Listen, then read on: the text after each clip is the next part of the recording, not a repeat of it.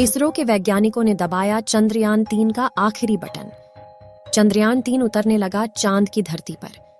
17 अगस्त के दिन जब सारे लोग सो रहे थे, तभी इसरो के वैज्ञानिक चंद्रयान पर नजर गड़ाए बैठे थे।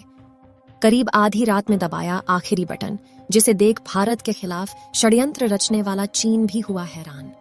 साथियों, रूस अपना लूना 25 को छोड़कर यह सोच रहा होगा कि शायद भारत इससे डर जाएगा, लेकिन इसरो को इससे कोई फर्क नहीं पड़ा। बल्कि उन्होंने तो ट्वीट करके रूस को बधाई दे दी है और कहा है कि चलो चांद पर मिलेंगे।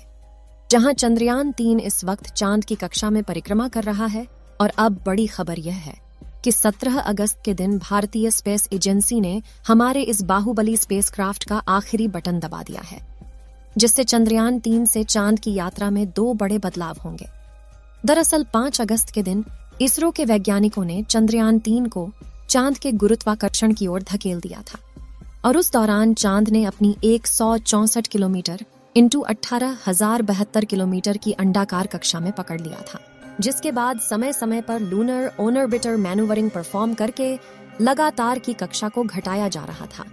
और अब 16 अगस्त के दिन चंद्रयान-3 के अंडाकार कक्षा को घटाकर इसे 100 किलोमीटर इंटू 100 किलोमीटर की गोलाकार कक्षा में भेजा गया। यह प्रक्रिया डी ऑर्बिटिंग के नाम से जानी जाती है, और इसरो के वैज्ञानिक इसे चांद की 5वीं ऑर्बिट में कर दिए हैं। जब यह चांद की सतह से पूरे 100 किलोमीटर की ऊंचाई पर पहुंचा, तो 100 किलोमीटर की कक्षा पकड़ने की यह प्रक्रिया इतनी अहम इसलिए है क्योंकि किसी भी घूमती हुई चीज को उसके अंडाकार रास्ते में से निकालकर गोलाकार रास्ते में रखने के लिए सही रफ्तार और अक्ल की जरूरत पड़ती है। और जैसा कि आप जानते हैं कि चांद की कक्षा में चंद्रयान-3 का प्रोपल्शन मॉड्यूल कई सालों तक लगातार घूमता रहेगा।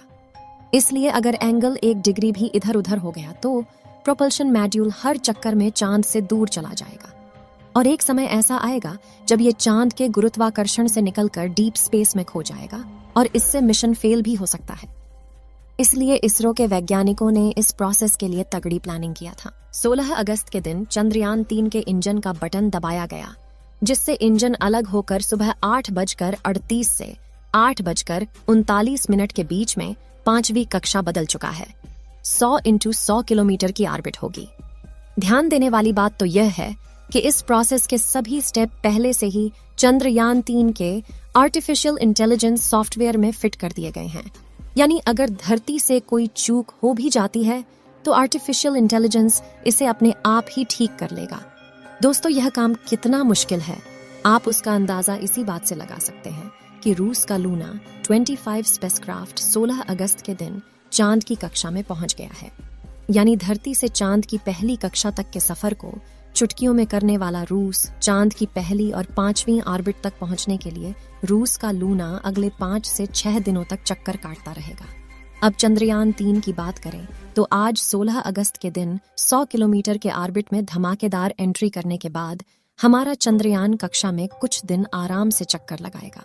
लेकिन उससे पहले 17 अगस्त को इसी कक्षा में चक्कर लगाते हुए चंद्रयान-3 का प्रोपल्शन मॉड्यूल इसके लैंडर मॉड्यूल से अलग हो गया।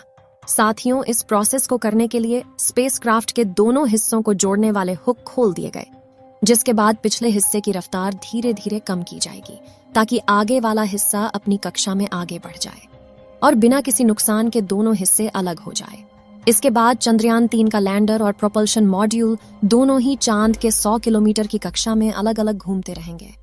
प्रोपल्शन मॉड्यूल तो यहाँ इसी तरह से चक्कर लगाता रहेगा, लेकिन 20 अगस्त के दिन चंद्रयान-3 का विक्रम लैंडर अकेले ही चांद की ऑर्बिट और कम करके 100 इंटू 30 किलोमीटर की ऑर्बिट पकड़ेगा, और जहां से 30 किलोमीटर की ऊंचाई से वह अपनी रफ्तार को धीरे धीरे कम करते हुए चांद की सतह की तरफ बढ़ेगा।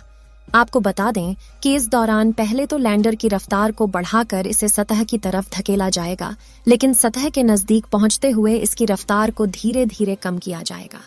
दोस्तों, लैंडिंग के दौरान चंद्रयान-3 के विक्रम लैंडर की रफ्तार कई हजार किलोमीटर से घटाकर सिर्फ 7.2 किलोमीटर प्रति घंटा कर दी जाएगी, जो काम इसमें लगे लेजर एल्टीमीटर और लेजर डॉपलर की मदद से किया जाएगा, जिससे यह चांद की सतह को छूते ही रफ्तार से आने वाले प्रेशर की वजह से टूटकर बिखर न जाए और चांद की सतह पर सॉफ्ट लैंडिंग कर पाए। इस तरह से अपने सफर में आगे बढ़ते हुए 23 अगस्त के दिन शाम के करीब 5:47 पर चंद्रयान-3 का विक्रम लैंडर चांद की सतह पर कदम रखेगा।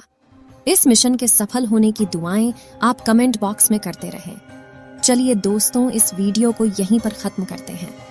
इस वीडियो को एक लाइक जरूर करें और अपने मित्रों तक इस वीडियो को शेयर करें ताकि उन्हें भी जानकारी मिल सके, और अपने भरोसेमंद चैनल को सब्सक्राइब जरूर करें और बेल आइकन को ऑल पर सिलेक्ट करना बिल्कुल ना भूलें।